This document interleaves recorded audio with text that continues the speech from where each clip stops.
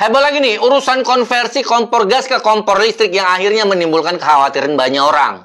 Om, bagaimana nasib kami? Penyedia gas LPG seperti pangkalan gas dan lain-lain. Kami sudah mengeluarkan banyak modal loh. Atau yang seperti ini, Om, bagaimana dengan nasib kompor gas yang kami baru beli? Kami beli kompor gas yang harganya jutaan loh. Masa iya harus dibuang? Nah, sebelum saya bicara lebih lanjut, saya mau katakan ya, tenang, nggak usah khawatir, nggak usah panik.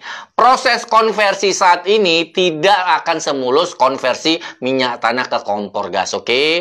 Nah, kalau dulu bisa 2-3 tahun selesai, konversi dari kompor gas ke kompor listrik, mungkin di atas 5 tahun baru selesai. Karena ada beberapa ganjalan yang harus diselesaikan agar konsumen atau masyarakat merasa nyaman menggunakan kompor listrik. Kalau tidak diselesaikan, maka program ini akan gagal. Nah, apakah hal-hal tersebut? Yang pertama adalah kompor listrik tidak bisa dinikmati oleh masyarakat atau kalangan bawah.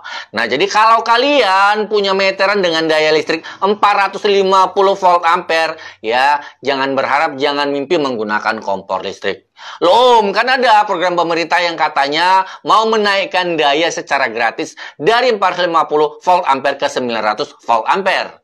Ya benar, itu ada, tapi itu masih sekedar wacana dan masih dipertimbangkan. Sebagian mendukung, sebagian tidak mendukung, bahkan pihak PLN menyatakan menolak hal tersebut. Jadi ya jangan terlalu berharap akan program kenaikan daya tersebut, karena kenaikan daya ketahuilah akan menimbulkan efek-efek negatif juga. Nah, tapi itu nggak akan saya bahas di channel ini, saya akan bahas di channel listrikku, oke?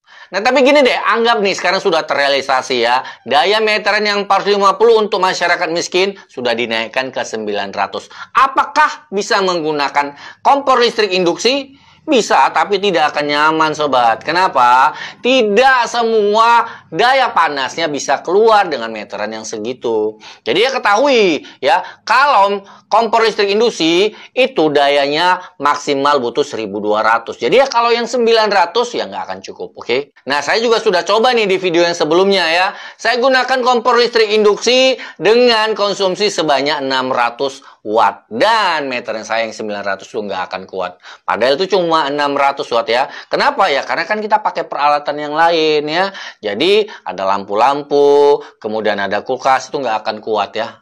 Nah, kalau yang 1300 bagaimana? Yang 1300 juga sama, hampir sama. Dia nggak akan mampu kalau kita mau menyalakan kompor listrik induksi ini menggunakan kekuatan penuh. Nah, padahal nih ya, kalau kita lihat di sini kan sudah ada pengaturan default. Kalau kita mau memasak air menggunakan setelan default, itu butuh 1200 ya. Jadi, daya konsumsinya harus maksimal. Lah Om, kan bisa kita kecilkan. Ya benar sih. Kalau kita kecilkan dari 1200 kita turunkan ya tetap bisa. Nah, tapi coba kalian bayangkan. Ya, sekarang saya punya pertanyaan. Bisa nggak memasak air dengan menggunakan obor? Bisa kan? Nah, tapi berapa lama? Apa ya secepat memasak dengan kompor? Nah, begitu juga kalau kita turunkan ya akan semakin lama. Nah, kalau saya sendiri, jujur ya, saya belum puas ya. Karena untuk kompor listrik industri sebenarnya meteran yang minimal dibutuhkan itu adalah 2200 volt ampere baru akan terasa lega. Nah, sekarang kita bahas yang kedua. Ini masih ada kaitannya dengan yang pertama, oke? Nah, kompor listrik induksi tidak akan bekerja maksimal apabila instalasi bermasalah.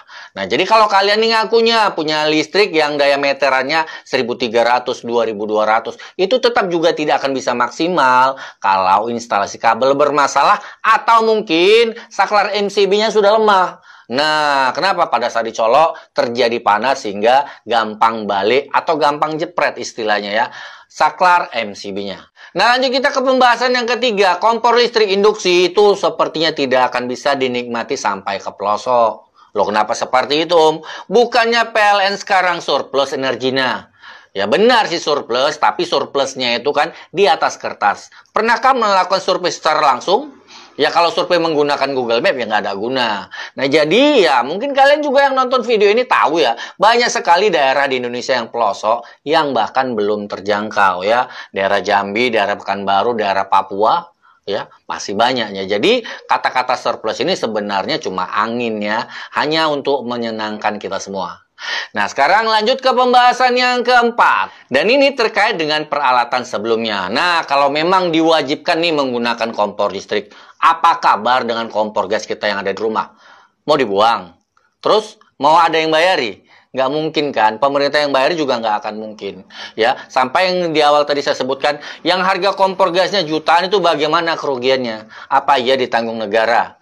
Dan itu belum termasuk juga peralatan-peralatan pendukung untuk memasak, dandang, kuali. Ya ini juga harus kita pertimbangkan, karena kompor listrik induksi itu hanya bisa menggunakan peralatan memasak yang berbahan besi atau stainless.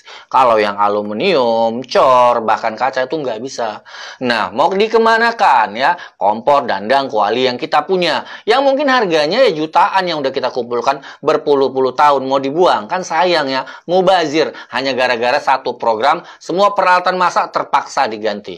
Nah, kalau kita hanya mengharapkan pemerintah yang katanya mengiming-imingi memberikan kompor listrik dengan memberikan wajan dan kuali, apa itu cukup? Enggak akan cukup, percayalah. Karena ya satu rumah sendiri kadang punya lebih dari 2 wajan, 2 kuali, dan peralatan masak lainnya. Oke?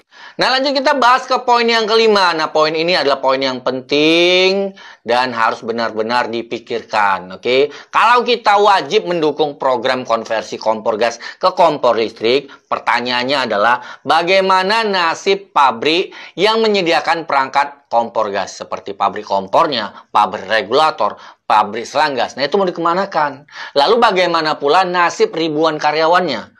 Apa mau di PHK semua? Apa memang harus wajib beralih? Kan nggak segampang itu mengalihkan pabrik yang bergerak dalam industri kompor gas beralih ke kompor listrik. Nggak segampang itu, Ferguson. Ya, perlu dana lagi. Nah, mau dicari kemana dananya? Apa ya pemerintah mau menyediakan? Kan belum tentu mau, ya kan?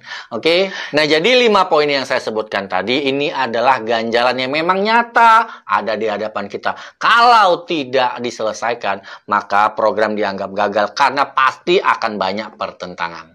Nah, kalian yang punya pendapat sendiri, silahkan ketikkan pendapat kalian di kolom komentar yang ada di bagian bawah video ini ya. Dan perlu diingat, video ini dibuat bukan dikarenakan kita tidak setuju atau menentang program pemerintah. Kita juga sama-sama ikut berpikir coba mencari solusi yang terbaik. Mudah-mudahan video kali ini bisa bermanfaat. Kita jumpa lagi di video berikutnya.